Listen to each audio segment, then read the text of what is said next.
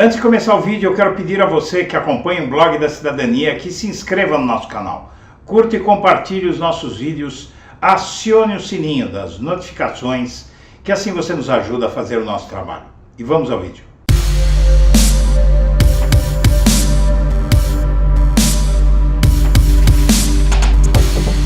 Bom dia, senhoras e senhores. Hoje é 12 de abril de 2023, são 8 horas da manhã.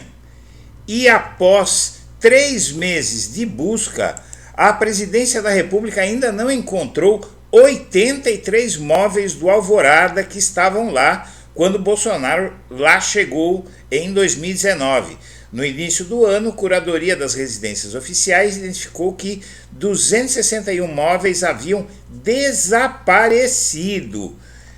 A presidência anunciou hoje que dos 261 móveis do Palácio do Alvorada, dados como desaparecidos no início do ano, 83 ainda não foram localizados.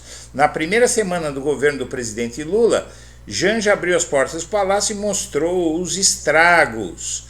Por conta dos danos identificados no palácio, a mudança de Lula e Janja para o Palácio do Alvorada aconteceu apenas em meados de fevereiro. O estado da residência presidencial foi justificativa apresentada pela Secretaria de Comunicação. A ausência de móveis e o péssimo estado de manutenção encontrado na mobília do Alvorada exigiram a aquisição de alguns itens. Os móveis adquiridos agora integram o patrimônio da União. Se o palácio não tivesse sido encontrado nas condições em que foi, não teria sido necessário efetuar a compra de móveis. O governo federal gastou R$ 196.770 com apenas 6 peças. O fato é o seguinte, essa discussão saiu bem forte na mídia na última terça-feira, a compra que Lula fez de imóveis, apresentada inclusive na mídia como abusiva. Acontece que ele recomprou móveis do mesmo padrão que havia no palácio e que ou foram destruídos ou sumiram durante a gestão Bolsonaro. E agora fica explicada a compra emergencial de imóveis para o palácio pelo Lula, porque assim como o antigo Aerolula, o avião da presidência, foi chamado de Aerolula quando o presidente Lula comprou, no fim do seu mandato de 8 anos, e depois esse avião serviu a Michel Temer e a Bolsonaro.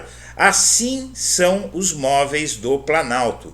Eles vão servir a outros presidentes, são patrimônio da União, e não adianta o Lula comprar um móvel, uma cama, por exemplo, que ele comprou e foi criticada, baratinho, porque não é dele, e é o que havia lá, ele está substituindo o que foi destruído ou roubado. Até isso o Bolsonaro fez.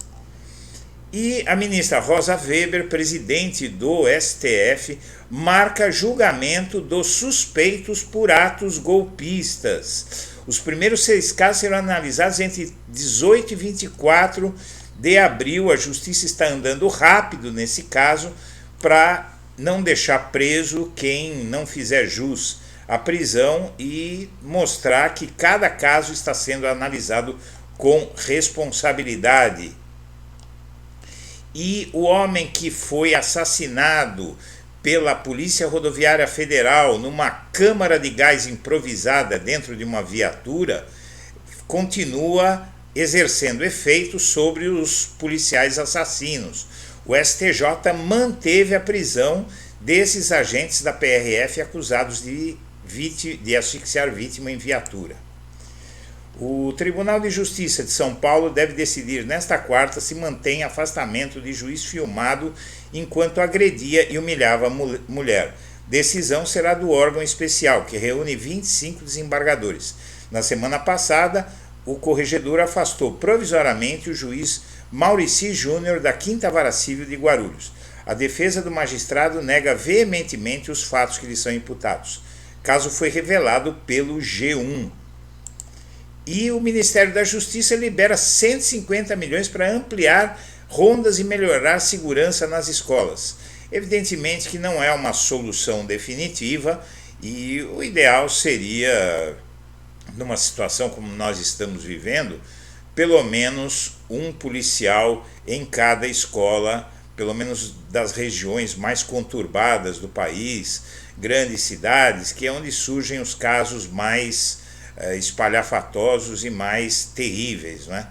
E isso precisa ser feito agora, é uma incumbência dos governos estaduais, e a presidência deve apoiar que cada escola tenha um policial a partir de agora. E os palavrões do líder da oposição contra os bolsonaristas que insultaram, atacaram, desrespeitaram Flávio Dino durante a oitiva na Câmara dos Deputados.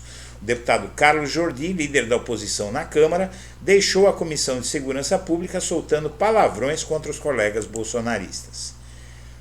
E o IPEC mostra que o Lula tem, esses dados já saíram, mas tem um dado que é muito importante, que mostra que 52% dos brasileiros confiam no presidente Lula e 44% não confiam.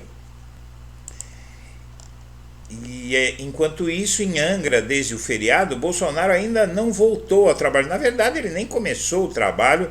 Ele foi contratado por cerca de R$40 mil por mês pelo PL, pago com dinheiro público do fundo partidário do partido. E, na verdade, o Bolsonaro não aparece para trabalhar, não quer trabalhar. Ele tem uma sala, tem toda uma estrutura, foi alugada a casa para ele pelo PL. Está custando uma fortuna aos cofres públicos para não fazer nada. E a bancada evangélica diz que a Receita sob Lula reavalia atos de Bolsonaro por perseguição. Na verdade, os pastores querem que seja mantida a isenção de imposto de renda para eles, não é? E isso os coloca numa casta privilegiada, porque eles ganham bem. E na verdade não se está falando nem de isenção de impostos para a igreja. Agora é a isenção de impostos que Bolsonaro deu para as pessoas físicas dos pastores. E atentado golpista se destaca nas redes nos 100 primeiros dias de Lula.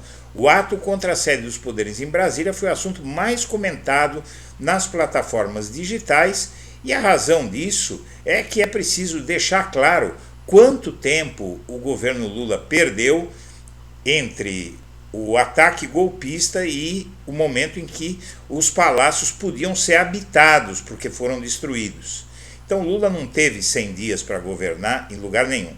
Senhoras e senhores, nós agradecemos a atenção e estaremos de volta ao meio-dia. Um abraço para todo mundo.